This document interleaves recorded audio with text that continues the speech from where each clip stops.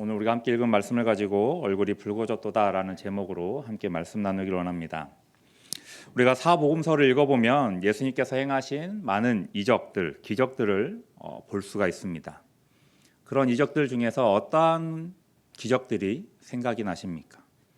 이렇게 질문을 하면 아마도 예수님께서 행하셨던 오병이어 기적이나 또는 예수님이 무리를 걸으셨던 기적이나 죽었던 나사로를 살리신 기적이나 아니면 거친 폭풍우를 말씀으로 잠잠케 하셨던 일들, 그런 기적들이 머릿속에 떠오를 겁니다. 방금 이야기했었던 기적들의 특징이 뭐라고 생각하십니까? 아마도 사람의 힘으로는 절대로 행할 수 없는, 정말로 하나님이시기에 예수님이기에 하실 수 있었던 기적이다라고 생각할 수 있습니다. 그럼 오늘 우리가 읽었던 본문에 나오는 물을 포도주로 변화시킨 이 사건, 이 기적은 어떻습니까? 앞에서 언급했던 기적들에 비하면 뭔가 허전한 느낌이 들지 않습니까? 앞서 언급했던 기적들이 너무나 화려하고 생각지도 못했던 기적인 것들에 비해서 물을 포도주로 변화시킨 기적은 왠지 마술쇼에 가면 볼 수 있을 것과 같은 기적처럼 느껴집니다. 그래서인지 예수님의 기적을 이야기할 때 이 물을 포도주로 변화시킨 기적은 그 순서가 뒤에 밀리는, 어쩌면 유치부나 우리 초등부에서 아이들이 이야기할 수 있는 기적들과 같이 느껴집니다. 그런데 예수님께서 행하신 이 물을 포도주로 변화시킨 기적은 단순히 마술사가 행할 수 있는 마술이나 그런 쇼와 같은 것이 아니었습니다. 이 기적에는 분명한 의미를 가지고 있음으로써 우리에게 지금 주어진 것입니다. 이 시간에는 물을 포도주로 변화시킨 기적을 통해서 이 표적, 이 기적이 가지고 있는 진정한 의미를 함께 살펴보고 또 우리에게 무엇을 요구하고 있는지에 대해서 함께 살펴보기를 원합니다.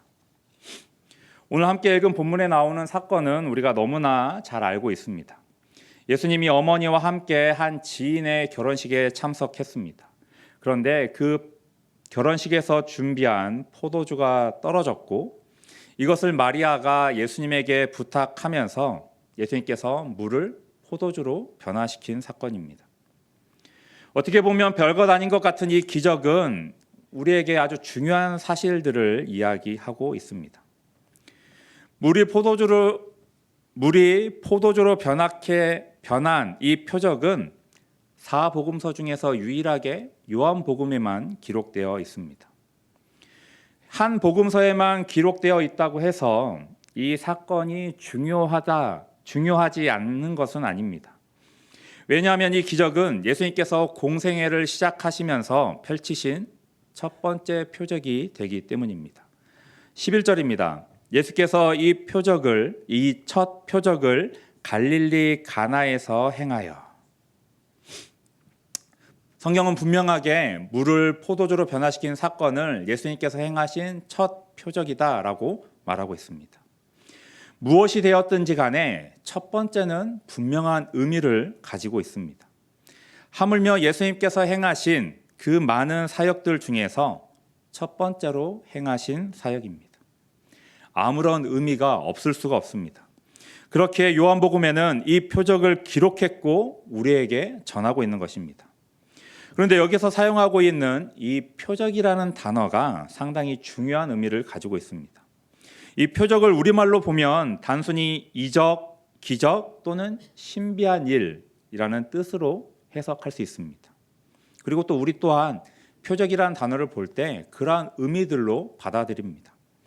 그러나 요한복음을 기록했던 요한은 이 표적이라는 단어를 사용함에 있어서 큰 노력을 기울이고 있음을 볼 수 있습니다. 이 표적이라는 단어는 원어인 헬라어를 보면 세메이온이라고 표현하고 있는데 이 단어의 뜻은 표시 또는 예고를 뜻하는 세마라는 단어에서 유래가 되어서 단순하게 우리가 알고 있었던 그런 놀라운 초자연적인 현상만을 나타내는 것에 그치지 않습니다. 그것을 뛰어넘는 의미를 가지고 있는 것입니다. 그 초자연적인 역사를 통해서 하나님께서 나타내시고자 하는 의미를 강조한다라는 차원에서 징조 또는 표적이라는 의미로서 요한복음의 저자인 요한은 이 단어를 사용하고 있는 것입니다. 그래서 요한복음을 읽다 보면 다른 복음서들과 다르게 이 표적이라는 단어를 자주 볼 수가 있습니다. 그 이유는 다른 복음서인 마태, 마가, 누가복음에서는 기적이나 이적 그 자체에 초점을 맞추고 있지만 요한복음에서는 이 기적을 통하여서, 이 놀라운 일들을 통하여서 이 기적을 행하신 하나님의 영광을 드러내는데 강조점을 두고 있기 때문입니다.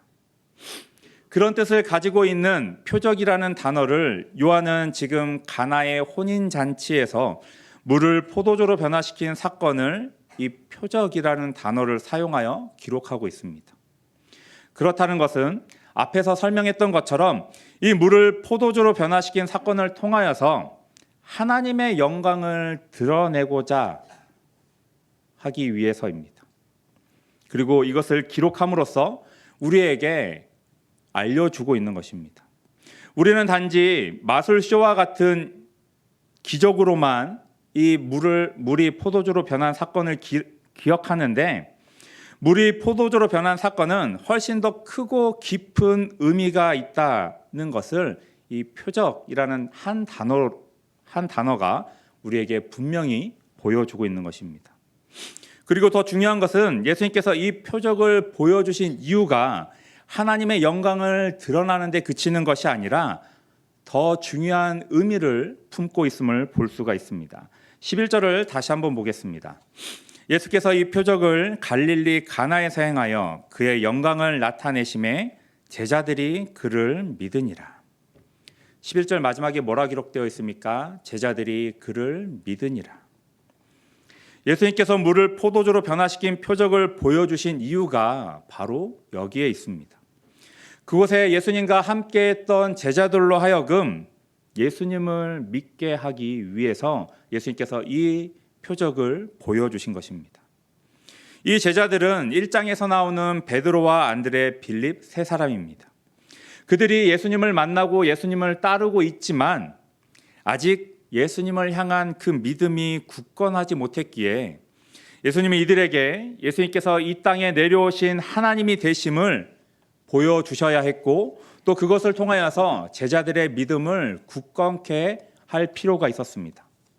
그리고 마침 그러한 모습을 보여줄 수 있는 자리가 마련이 되었고, 예수님은 어떻게 보면 다른 기적들에 비해서는 간단하게 보이지만 그러한 깊은 의미를 가지고 있는 표적을 제자들에게, 또 그 파티장에, 잔치에 함께하는 사람들에게 보여주심으로써 하나님의 영광을 드러냈고, 또 예수님 자신이 하나님 되신다는 것을 보여주고 있는 것입니다. 예수님께서 이 표적을 보여주신 그 목적은 궁극적으로 예수님께서 하나님의 아들 되심을 보여주시고, 또 이것을 제자들과 사람들로 하여금 믿게 하시고 최종적으로 영원한 생명을 얻게 하는 데 있는 것입니다. 여기서 우리가 깊게 생각해야 할 것은 표적과 기적은 언제나 그 화려하게 보이는 결과가 목적이 되어서는 안 된다는 것입니다. 우리가 성령님을 통하여서 방언을 하거나 예언을 하거나 또는 병을 치유하거나 하는 모든 기적과 같은 일들이 나를 드러내고 나를 높이고 나의 자랑거리가 되어서는 안 된다는 것입니다. 반드시 이러한 것들을 통하여서 하나님의 영광이 드러나야 되며 하나님의 덕을 세워야 하는 것입니다. 예수님께서 공생애를 통하여서 수많은 이적과 기적과 표적을 행하시면서 하셨던 일들이 무엇입니까? 예수님 자신을 세우거나 사람들에게 인기를 얻는 것이 아니었습니다. 오직 이러한 일들을 통하여서 하나님의 영광을 이 땅 가운데 드러내셨고, 사람들로 하여금 믿음을 가지게 함으로써 영원한 생명을 얻게 하는 하나님 나라의 백성이 되는데, 그들을 세우는데 예수님께서 이런 일들을 행하셨던 것을 우리는 기억해야 합니다. 물이 포도주로 변한 사건이 가지고 있는 의미가 단순히 그런 파티를 더 풍요롭게 하는 기적을 나타내는 것이 아니라 예수 그리스도의 하나님 되심을 드러내며 이것을 통해서 예수님을 믿는 자들이 영원한 생명을 얻게 하려 하는 것임을 우리는 기억해야 하는 것입니다. 단순히 놀라운 일들이 일어났다고 해서 그것이 와, 놀랍다, 신기하다 해서 그치는 것이 아니라 그런 일들을 통하여서 하나님의 영광이 드러나며 우리의 믿음이 더욱더 굳건해지는 데까지 나아가야 하는 것입니다. 비록 우리가 이러한 예수님께서 행하셨던 놀라운 기적들을 자주 볼 수 있는 것은 아니지만 만약 우리가 그러한 일들을 바라보았다면 또 우리가 함께 기도함으로써 아픈 성도들이 회복되는 것을 우리가 목격했다면 그것을 통하여서 우리가 하나님의 영광을 드러내며 하나님의 살아계심을 우리가 믿어야 하는 것입니다. 하나님께서 이것을 위하여서 우리에게 그런 놀라운 일들을 행해 주시는 것이며 우리의 믿음을 더욱더 굳건케 해 주실 것입니다. 우리의 주위에 일어나는 놀라운 일들을 통하여서 더욱더 하나님만을 바라보며 우리의 믿음을 굳건히 세워가시는 저희 성도님들이 되시기를 바랍니다. 물을 포도주로 변화시킨 이 기적을 통하여서 우리가 두 번째로 생각해 볼 것은 물이 포도주로 변한 그 사건 자체입니다. 우리가 아무리 과학이 발달한 시대를 살아간다고 할지라도 물이 포도주로 바로 변할 수 없다는 것은 너무나 잘 알고 있습니다. 어떠한 과학이나 기술이라도 물을 단숨에 포도주로 변화시킬 수는 없습니다. 어떠한 첨가물을 넣거나 또는 겉으로 보기에 포도주와 비슷하게 만들 수는 있을지 몰라도 본질적으로 물이 포도주로 변할 수는 없는 것입니다. 포도주를 만들기 위해서는 반드시 포도라는 가장 중요한 재료가 필요합니다. 포도가 없는 포도주는 있을 수가 없습니다. 그런데 예수님께서 오늘 본문에서 만드신 그 포도주에는 핵심이 되는 포도가 존재하지 않습니다. 우리가 성경을 아무리 뒤져봐도 원어 또는 영어 성경을 뒤져봐도 포도가 나오지 않습니다. 그리고 포도주를 만들기 위해서는 어떻습니까? 적어도 3달이라는 시간이 필요합니다. 물론 더 짧은 시간으로도 우리가 포도주를 만들 수 있겠지만 평균적으로 3달이라는 시간이 지나야 우리가 맛볼 수 있는 또는 마실 수 있는 포도주의 모습을 갖출 수가 있습니다. 그런데 오늘 본문에 나오는 예수님께서 만드신 이 포도주에는 그런 시간조차도 존재하지 않습니다. 물이 바로 포도주가 되었습니다. 여기서 우리가 주목해서 살펴볼 부분은 물이 포도주로 변할 때 누구를 만났느냐입니다. 물이 누구를 만나서 포도주로 변했습니까? 오늘 본문을 살펴보면 물은 2사람을 만나게 됩니다. 한 사람은 물을 길어 항아리에 채운 하인이고 다른 한 사람은 예수님입니다.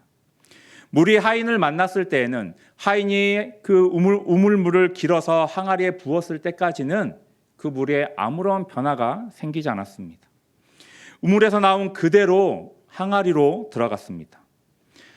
그런데 그 아무런 변화가 없던 물이 예수님을 만났더니 포도주로 변화되었습니다. 최상급의 포도주로 말입니다. 물이 예수님을 만난 이후로 완전히 그 본질에 변화가 생겼습니다. 앞에서 이야기했지만 물은 결코 혼자서 포도주가 될 수가 없습니다. 포도가 오랜 시간을 보내고서 포도주가 될 수 있습니다. 그런데 오늘 본문은 물이 혼자서 포도주가 되었다라고 말합니다. 그리고 이렇게 변화된 데에는 예수님께서 그 가운데 계십니다. 우리의 노력으로 변할 수 있는 것들이 있습니다. 외모는 우리의 노력으로 얼마든지 변화될 수 있습니다. 병원에 가면 의사 선생님들께서 우리가 원하는 대로 우리의 외모를 변화시켜 주십니다. 머리가 없더라도 가발을 쓰거나 또는 약간의 재정적 여유만 있으면 얼마든지 풍성한 머리를 가질 수 있습니다. 성격도 쉽지는 않지만 노력을 통해서 얼마든지 변화될 수 있습니다. 그렇지만 우리의 본질은 우리의 노력으로는 절대로 변하지 않습니다. 우리가 아무리 노력한다고 하더라도 우리의 본질은, 이 죄인이라는 본질은 절대로 변하지 않습니다. 물이 아무리 노력해도 혼자서는 물 그대로, 생수 그대로 남아있는 것처럼 우리가 아무리 노력할지라도 우리가 죄인이라는 본성은 절대로 변하지 않습니다. 우리가 이 죄인이라는 본성을 변화할 수 있는 유일한 방법은 예수님을 만나는 것입니다. 예수님 밖에는 방법이 없습니다. 예수님 외에는 우리의 본질을 변화시켜 줄 수 있는 사람이 없는 것입니다. 그리고 죄인인 우리를 변화시켜 주시기 위해서 예수님께서 직접 우리를 찾아오셨고 우리를 만나 주셨습니다. 예수님을 만난 우리는 본질적으로 변화되었습니다. 우리의 본질이 변화되었다라는 것이 무엇을 의미합니까? 죽을 수밖에 없는 죄인에서 우리가 변화되어 의인이 되었다라는 것입니다. 그리고 이것이 의미하는 것이 무엇입니까? 영원한 죽음에서 우리가 영원한 생명으로 옮겨졌다는 것입니다. 또 하나님과의 관계가 그 전에는 변하기 전에는 단절되어서 우리가 하나님을 만날 수 없고 하나님 앞으로 나아갈 수도 없었는데 우리의 본질이 변화되었더니 하나님과 교제할 수 있고 또 하나님 앞으로 나아갈 수 있는, 더 나아가서 우리가 하나님을 아빠라고 아버지라고 부를 수 있는 관계로 변화되었다라는 것입니다. 단지 예수님을 만났다라는 것만으로 우리의 너무나 많은 부분이 변화되었습니다. 예수님을 만나고 나면, 예수님을 만나서 우리에게 믿음이 생기면 우리의 본질뿐만이 아니라 우리의 외모에도 변화가 일어납니다. 화를 내고 험상 굳었던 우리의 얼굴이 변화되어서 사랑이 넘치고 인자한 인상을 가지게 됩니다. 옆에 한번 보실까요? 어떻습니까? 네, 사랑이 넘치고 인자가 넘치지 않습니까? 나만 알았던 이기적이었던 나의 마음이 변화되어서 내 옆에 있는 사람들을 챙기고 그들을 섬기는 모습으로 변화됩니다. 그리고 가장 중요한 우리의 본질의 변화가 일어납니다. 예수님을 만나서 절대로 변할 수 없었던 우리의 본질의 변화가 일어납니다. 성도 여러분, 예수님을 만나셨습니까? 그럼 우리는 반드시 변화되어야 됩니다. 예수님을 만났는데 우리의 모습과 우리의 마음이 또 우리의 얼굴이 아직 변하지 않았다면 내가 예수님을 만났는지에 대해서 심각하게 의심을 해봐야 됩니다. 물도 예수님을 만나서 최상급 포도주로 변화가 되었는데 우리가 예수님을 만났는데 내가 예수님을 믿는데 우리의 마음이 우리의 모습이 변화되지 않았다면 심각한 문제가 있는 것입니다. 앞에서 포도가 포도주로 변하기 위해서는 적어도 3개월이라는 시간이 필요하다라고 말했습니다. 그리고 우리에게도 이러한 시간이 필요합니다. 물은 예수님을 만나고 나서 최고급 포도주가 되었지만 우리는 바로 그렇게 변할 수 없기 때문입니다. 우리가 예수님을 만났다고 해서 우리의 모든 것이 바로 변하고 바로 세상 사람들로부터 쟤는 예수님을 믿는 사람이야, 참된 성도, 참된 그리스도인이야 라고 칭찬받을 수는 없는 것입니다. 그렇기에 포도가 숙성되는 시간이 필요했듯이 우리에게도 그렇게 변화되어 가는 시간이 필요합니다.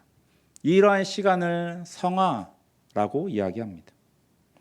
우리는 예수님을 만나고 나서 반드시 이 성화의 단계들을 거쳐 가야 합니다. 지금 우리는 성화의 단계를 거쳐가고 있는 중입니다. 비록 우리의 마음이, 우리의 모습이 예수님의 모습들이 드러나지 않고 또 내가 아직 덜 이타적이고 나만 아는 마음들이 남아 있는 건 당연합니다. 왜냐하면 우리는 아직 성화의 단계를 거쳐가고 있는 중이기 때문입니다. 우리가 이러한 성화의 단계를 거쳐가지 않으면 예수님을 만나고 나서 변화되었던 우리의 모습이 원래의 자리로 돌아가게 될 것입니다. 아니, 우리의 모습은 좋은 포도주의 모습을 띨지는 모릅니다. 그런데 그 맛은, 그 향기는 절대로 마실 수 없고 맡을 수 없는 포도주가 되어 버릴 것입니다. 그렇게 우리는 모두 이 성화의 시간을 보내야 하고 거쳐야 합니다. 이 시간을 열심히 지나고 나면, 이 성화의 단계를 우리가 착실히 밟아 나가면 혼인잔치에서 예수님이 만들어내신 포도주를 맛보고 나서 사람들이 최고급 포도주라고 이야기했던 것처럼, 칭찬했던 것처럼 우리 모두가 세상 사람들로부터 참된 그리스도인, 참된 성도, 참된 교인이라고 칭찬받게 될 것입니다. 오늘 이 설교의 제목을 얼굴이 붉어졌도다 라고 지었습니다. 이제 그 이유를 설명해 드리겠습니다. 과거 1800년대 초반에 영국 캠브리지 대학에서 요한복음에 관련된 수업이 있었습니다. 그리고 한 학기 동안 요한복음에 대해서 열심히 강의가 이루어졌습니다. 학기가 끝나면 뭐가 있습니까? 시험이 있습니다. 이때에도 시험이 있었는데 이제 이것을 평가해야 하는데 시험 문제로 딱 한 문제가 나왔습니다. 아는 것 다 쓰시오. 네, 이게 쉬우면서도 가장 까다로운 시험입니다. 네, 이럴 때는 모든 학생들이 다 어떻게 하냐면 내가 알고 있는 혹은 내가 어설프게 들었던 모든 것들을 다 기록을 합니다. 이때도 모든 학생들이 자신이 요한복음 수업을 들으면서 들었던 모든 것들을 기억해내면서 쓰기 시작을 합니다. 그러면 주어진 시간 동안 모든 학생들이 고개를 다 답안하는 데 집중하게 됩니다. 그런데 그 시간에 유독 한 학생만 창밖을 멍하니 쳐다보고 있는 겁니다. 그리고 시험 시간이 끝날 때까지 창밖을 쳐다보던 이 학생은 마칠 때 단 한 줄의 답안지만 기록하고 시험장을 나갔습니다. 성적이 어떨까요? 이 학생의 답안지가 가장 좋은 성적을 받았습니다. 그 답이 무엇이었냐면 오늘 우리가 읽었던 본문의 그 주제를 본문의 내용을 가지고 물이 주인을 만나니 그 얼굴이 붉어졌도다라고 기록을 했습니다. 가장 잘 요약하지 않았습니까? 가장 좋은 성적을 받을 만한 답변이라고 생각하십니까? 이 답을 쓴 학생은 저는 잘 모르지만 조이 고든 바이런이라는 이름을 가지고 있는 영국의 유명한 시인입니다. 네. 단순한 우물물이 예수님을 만났더니 최상급의 포도주로 변화되었습니다. 죽을 수밖에 없었던 죄인이 예수님을 만났더니 의인으로 변화되었고 하나님과 동행하는 존재로 변화되었습니다. 우리는 살면서 많은 사람을 만나고 헤어지게 됩니다.